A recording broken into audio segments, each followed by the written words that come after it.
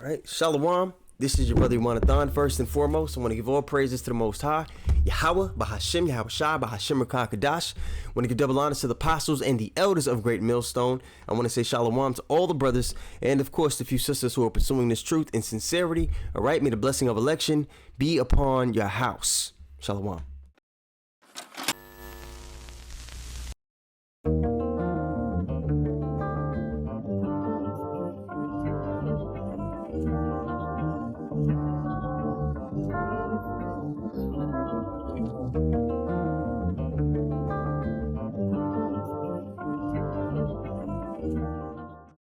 All right, so today's topic, we're going to talk about respecting order, all right, and the hierarchy that the Lord has put in place. The Lord doesn't put men over other men just for shits and giggles or to make others feel less than. That's not what it's about, okay? Without order and structure and a chain of command, you have disorder. Even amongst, it goes Yahweh, then Yahweh Shai, okay? The man, the woman, and the children, even in the heavens, there's angels that are over other angels. It just is what it is, man. There has to be order and structure. Now, if a man is placed over you, does that make you less of a man? No, it doesn't. And that's a pride thing. The Lord has set certain men up to watch over other men's souls.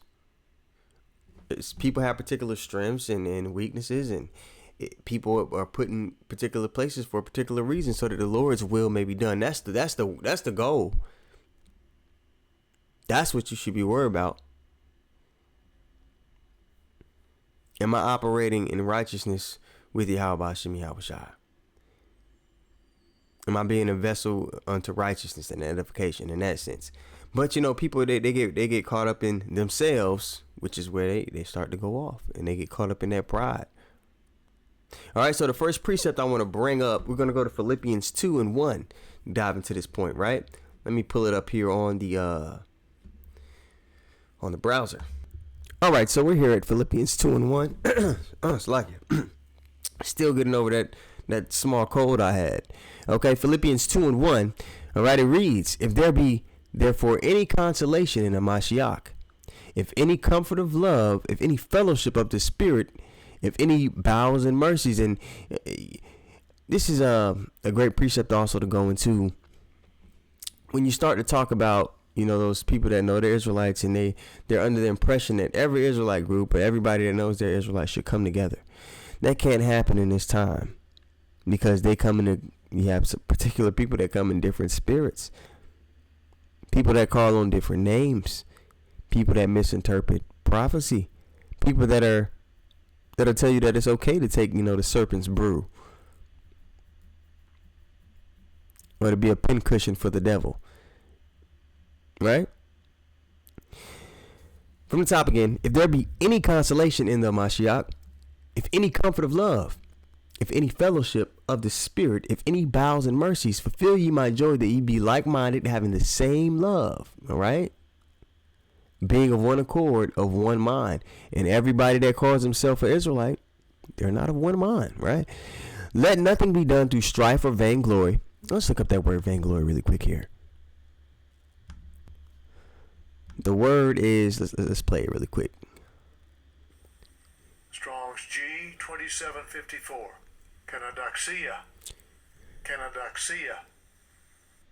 Kenodoxia. All right, and then you stroll down to the biblical usage. This is vainglory, groundless, self-esteem, empty pride, man.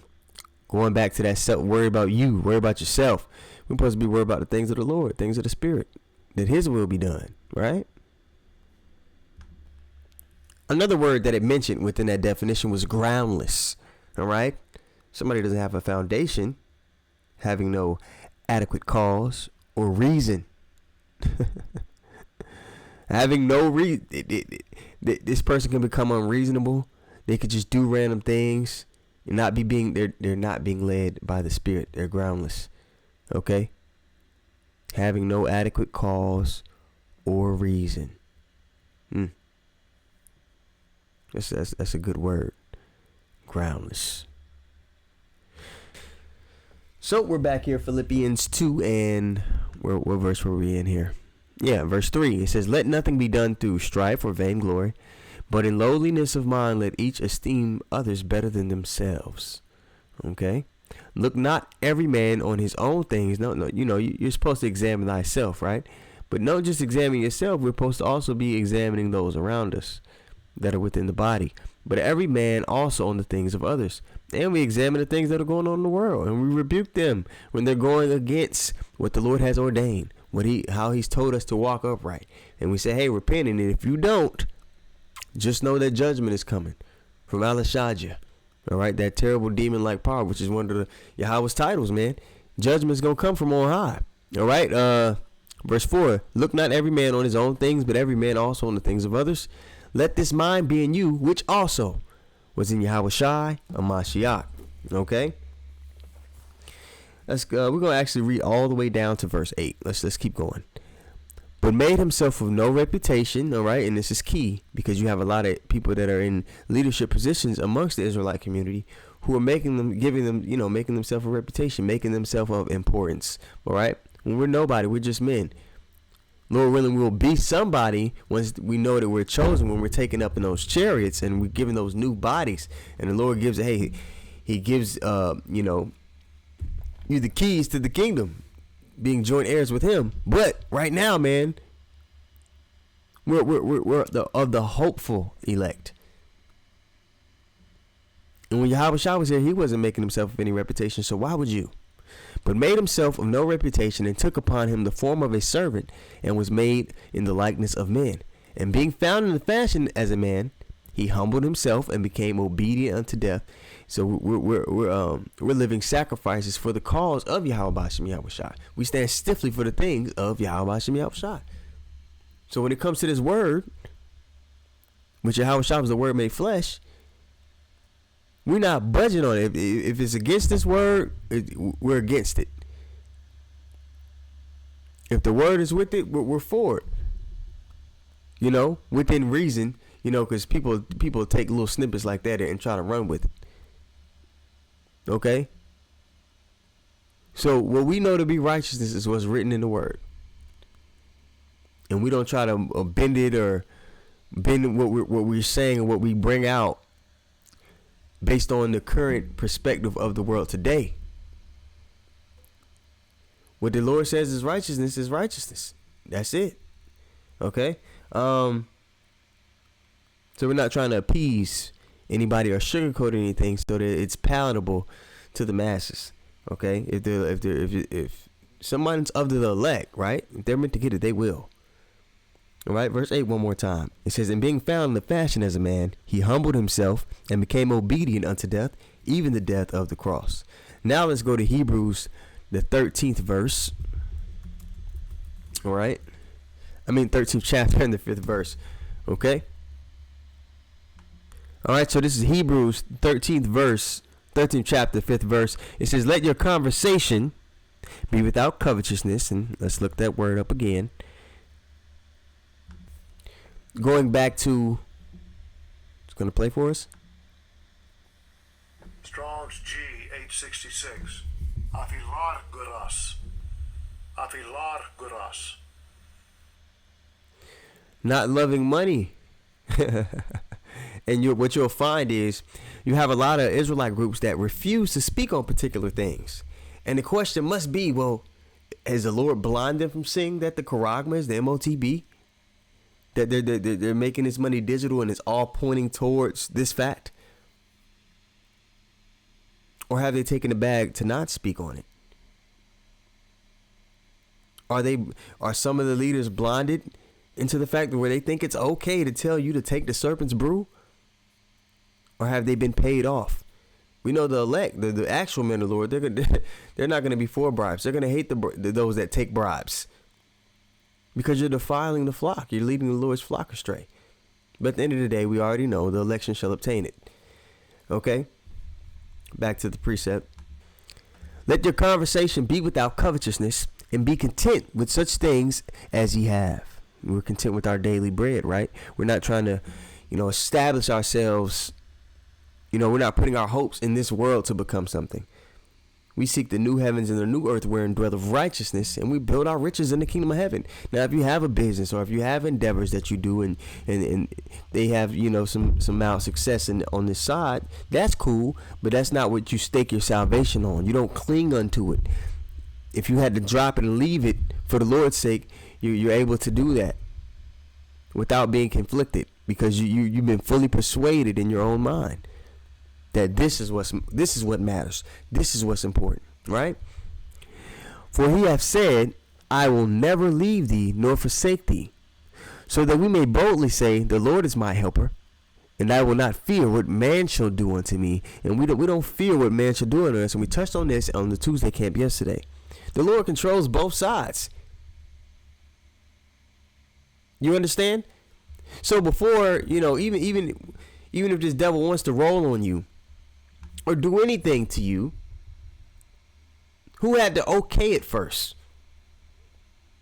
Who did that have to go through first? Nothing is done on the left or the right hand side without the Most High's okay.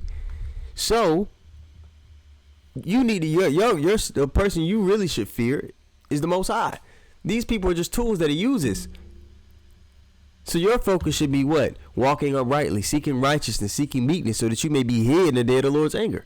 So there's no reason to fear those in the world, or to fear the wicked. Right? There's no reason to fear them. Right, back to the precept.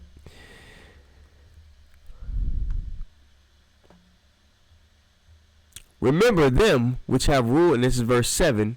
We just left off of verse 6 here. We're in verse 7. It says, remember them which have ruled over you, who have spoken unto you the word of Yahweh. Now, guys like Nate will make it as though he didn't learn from anyone.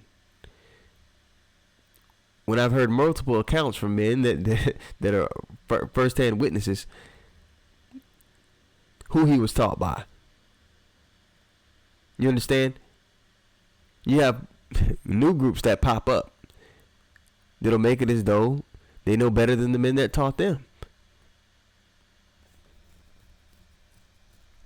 The men that taught them that are still laboring, being diligent, instant in season and out of season, who aren't putting gimmicks in the forefront of their ministry, who probably forgot more than what they know, but they'll puff themselves up because for them it's not truly about the salvation or the will of the Lord. It's about their own empty pride. It's about their own vainglory, like we read in Philippians. Okay? Remember them which have ruled over you, who have spoken unto you the word of God, whose faith follow, considering the end of their conversation. Okay? Let me continue on here. Yahushua Mashiach the same yesterday and today and forever. Be not carried about with diverse strange doctrines. And a lot of times people come up with strange, they start puffing up against their teachers. They come up with strange doctrines. My short time in this truth, I've seen it time and time again. Guys that were brought up under the apostles and elders on down. They start puffing up, then all of a sudden there's no chariots. All of a sudden the MOTB is Christianity or white women or an embargo. All of a sudden Yahushua is just a prophet. He's not to be worshipped. All these different things, man. And they wax worse and worse. Order is for a reason. It has to be so. It isn't something you should feel weird about. And if you do, you need to check yourself. Like, hey, clearly the Lord has set it up to where there needs to be order and there's going to be men over other men. Why does this bother me so? Pray on it. Ask the Lord to let you see clearly. Hebrews 13:9. Be not carried about with diverse strange doctrines, for it is a good thing that the heart, your mind, be established with grace, not with meats, which have not profited them that have been occupied therein. Okay, now let's go to Hebrews 12. Oh, and another way with doctrine is, we don't acknowledge the book of Hebrews.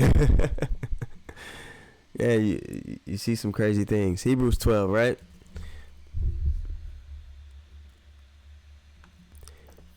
And we're just going to start at the top here and go on down, okay? So this is Hebrews 12 and 1. Make it a little bit bigger for you guys here. Let me see what I can do.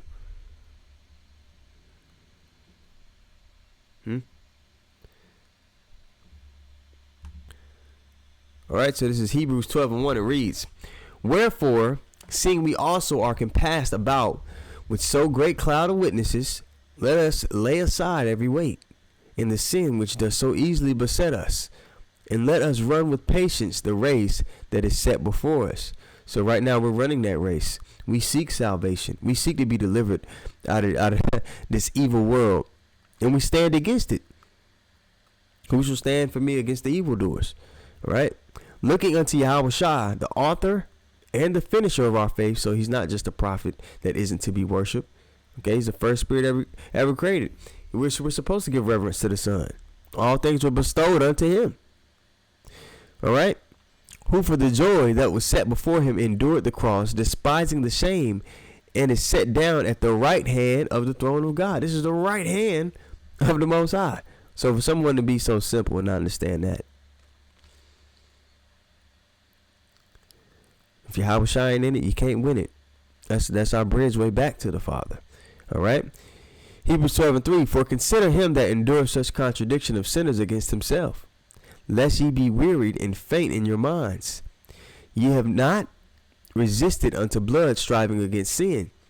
And ye have forgotten the exhortation which speaketh unto you as unto children. My son," this is the point I wanted, "despise not the chastening of the Lord." And with that order comes the chastening and the correction. And correction is not to make you feel bad. Well, it is to make you feel bad and to consider your ways. But it's not just to shit on you. It's a guardrail from death. Because when that chastening comes down, when that correction comes down, it's protection from, hey man, you keep doing this, you're in danger of judgment.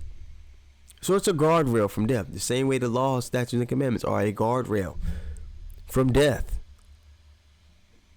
Why would that sit wrong with you? To have a firewall to keep you from destruction, which is that structure and that leadership, right? "My son, despise not thou the chastening of the Lord, nor faint when thou art rebuked of him." All right? Don't harden your neck. Understand what's being said unto you, even if it's harsh. Don't look at it for how it's said. Look at what's being said unto you and how it's meant to make you grow. All right? Verse 6. "For whom the Lord loveth, he chasteneth, and scourgeth every son whom he receiveth." If you haven't been, chastened or corrected, because a part of growth is being corrected, making mistakes, learning, getting back up, dusting yourself off, growing. You see, if ye endure chastening, Yahweh dealeth with you as with sons. For what son is he whom the Father chasteneth not?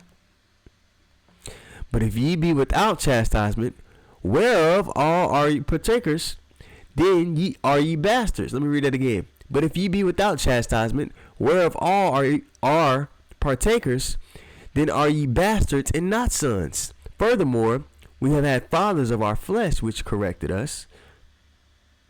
Jacob grew up, he had big bros, big homies, OGs, old heads.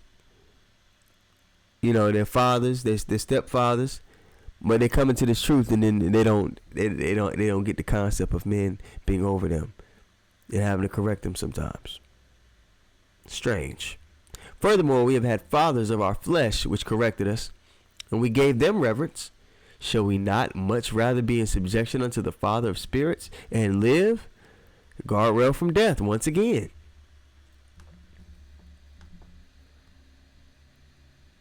"For they verily for a few days chasten us after their own pleasure, but he for our profit, that we might be partakers of his holiness. Now no chastening for the present seemeth to be joyous." It doesn't seem to be good in the moment, right? "But grievous. Nevertheless, afterward it yieldeth the peaceable fruit of righteousness unto them which are exercised thereby." And this is a generation, in these past few generations, majority of the Israelite men have grew up without their fathers, without that threshold of accountability and correction. So it's foreign to most, Jake. But within this truth, man, you need that to become a man.